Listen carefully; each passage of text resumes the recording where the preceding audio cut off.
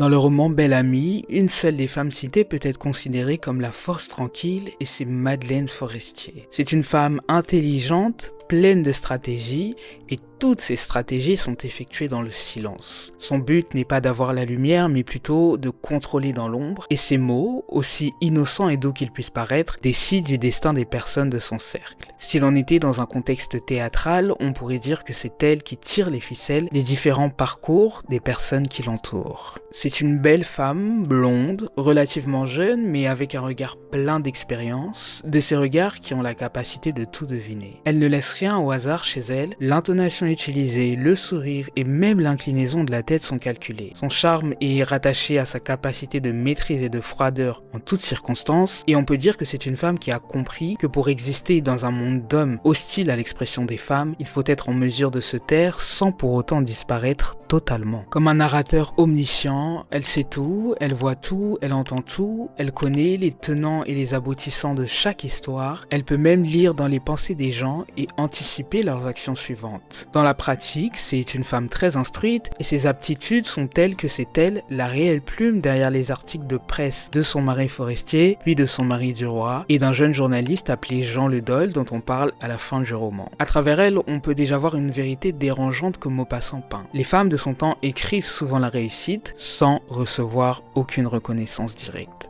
Madeleine n'a pas besoin d'un poste ni d'un titre, son pouvoir c'est son intelligence et elle en use avec une grande précision. Elle a compris que l'une des choses les plus importantes qu'un individu pourrait construire et développer, c'est le réseau. Ainsi, lorsqu'on se rend chez elle, on peut rencontrer plusieurs figures politiques importantes de la ville de Paris, comme des journalistes, des députés, des généraux ou même des ministres. Elle est au courant de toutes les alliances, de toutes les rumeurs et de tous les dangers. L'intelligence sociale dont elle fait preuve, c'est une intelligence assez rare. Elle sait que le vrai pouvoir, c'est celui qui ne fait pas de bruit. D'autre part, les choix maritaux qu'elle effectue laissent à comprendre qu'elle est très clairvoyante dans ce domaine. Elle ne met pas l'amour au premier plan, mais des domaines plus concrets, par exemple l'influence, la respectabilité ou encore la stabilité personnelle. Par ses actions, on peut comprendre que pour elle, le mariage n'est pas une fin, mais une stratégie qu'un individu devrait mettre en place afin de s'assurer une évolution constante. Lorsqu'elle dit à Duroy que pour elle, un homme amoureux est rayé du nombre des vivants, cela peut laisser comprendre qu'elle n'idéalise pas cette idée d'aimer, cette idée d'amour, mais qu'elle la voit comme une sorte de dérèglement. Un dérèglement qui peut faire perdre la maîtrise de soi, alors que la maîtrise de soi est l'un de ses plus grands attributs. Pour être clair, elle considère une personne amoureuse comme une personne qui est susceptible de perdre du pouvoir au profit de l'être aimé. Mais d'un autre côté, on l'entend dire cette phrase: oui, c'est bon d'être aimé. Peut-être qu'au fond, Madeleine n'est pas si insensible que ça à l'amour, ou encore peut-être qu'elle souhaite être aimée, mais qu'elle trouve une trop grande vulnérabilité dans le fait d'aimer, de s'abandonner à l'amour. Et on pourrait lui donner raison. Lorsqu'on voit le sort de Madame Walter, il s'est abandonné à l'amour et abandonné par amour. Finalement, sa réticence face à l'amour ne serait-elle pas une forme de lucidité? D'ailleurs, ma vidéo sur le personnage de Madame Walter est disponible et je t'invite à aller la visionner. Pour revenir au sujet, on peut comprendre que Madeleine est une femme qui souhaite expérimenter l'amour tant qu'il ne devient pas en sa défaveur.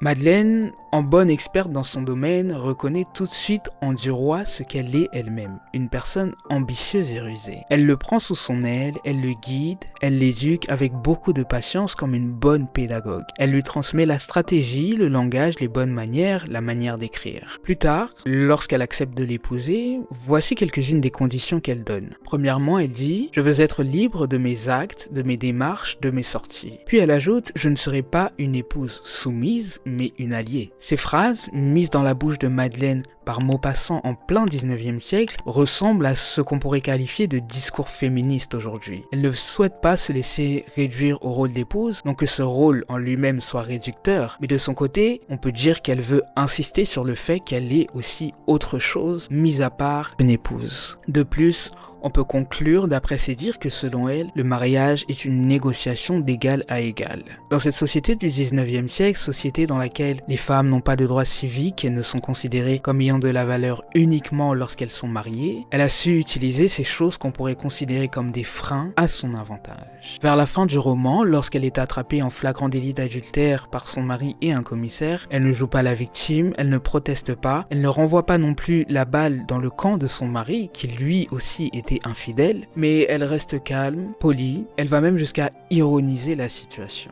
On pourrait croire qu'elle a perdu là toute sa dignité, bien au contraire, elle garde toute sa superbe et son élégance sans rien dire et accepte la situation. Après son divorce avec Georges Duroy, elle se retire du monde visible. Pourtant, Maupassant, par le biais d'un dialogue, nous dit de façon bien détaillée ce qu'elle devient. Je cite: « Elle vit très retirée, m'a-t-on dit, dans le quartier Montmartre. Mais...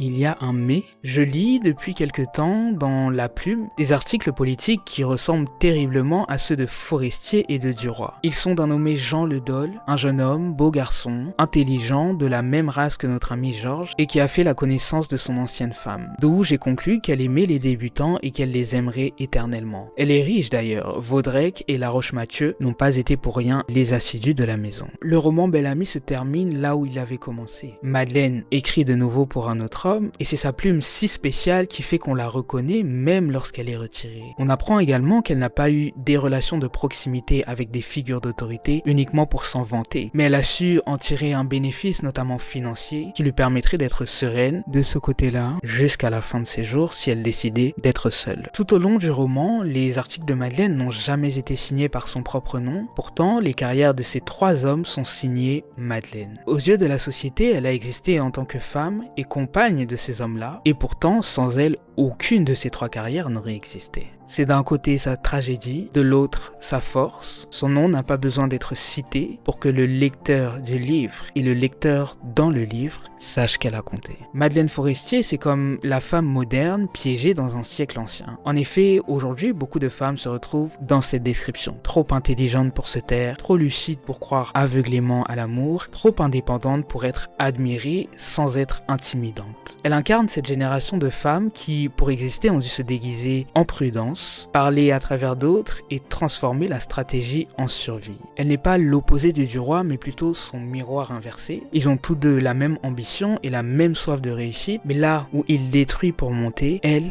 construit sans reconnaissance. À la fin, même lorsque Duroy triomphe, c'est elle qu'on retient, car sans elle, il n'aurait jamais su comment écrire, comment séduire, ni comment paraître en société, et il ne serait jamais arrivé à ses fins. Madeleine Forestier est la preuve que dans Bel Ami, comme dans la vie, ce qui fait le plus de bruit n'est pas toujours ce qui fait le plus l'histoire.